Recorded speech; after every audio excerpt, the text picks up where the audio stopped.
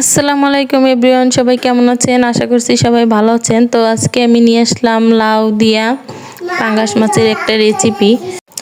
তো প্রথমে আমি তেলটা গরম করে নিয়েছি। তো এর ভিতরে আমি মশলাগুলো দিয়ে দিলাম। এখানে আমি পেঁয়াজ এবং কাঁচামরিচ পাটায় বেটে নিয়েছি। তো সেগুলো এখন তেলের ভিতরে দিয়ে দিলাম। তো এখানে আমি আদা রসুন বাটা 2 চামচ পরিমাণ মতো দিয়ে দিব। দিয়ে এখন আমি এটা নাড়াচাড়া দিয়ে মিক্স করে নিব। তো এইখানে আমি এখন হলুদ গুঁড়া দিয়ে দিচ্ছি 1 টেবিল পরিমাণ, দিয়ে আমি নাড়াচাড়া মিক্স করে নিচ্ছি। তারপরে এখানে দিয়ে দিলাম আমি মরিচের গুঁড়া অল্প কিছু পরিমাণের, দিয়ে এটাকে আমি এখন মিক্স করে নেব। যেমন দিয়ে দিলাম ধনিয়ার গুঁড়া 1 টেবিল পরিমাণ, দিয়ে এটা নাড়াচাড়া দিয়ে মিক্স করে আমি অল্প পরিমাণের পানি দিয়ে দিলাম। এখন আমি স্বাদ অনুযায়ী লবণ দিয়ে দিচ্ছি। তো এখন আমি লবণটা দিয়ে ভালো মতো লাড়া দিয়া তারপরে মশলাটা কষানোর জন্য এখন ঢেকে দিচ্ছি।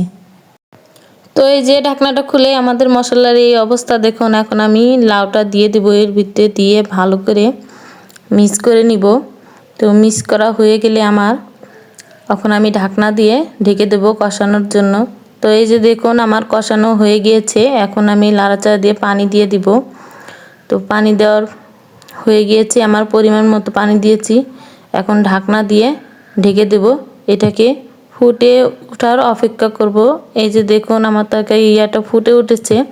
তো এর ভিতরে আমি মাছগুলো দিয়ে দিচ্ছি একে একে।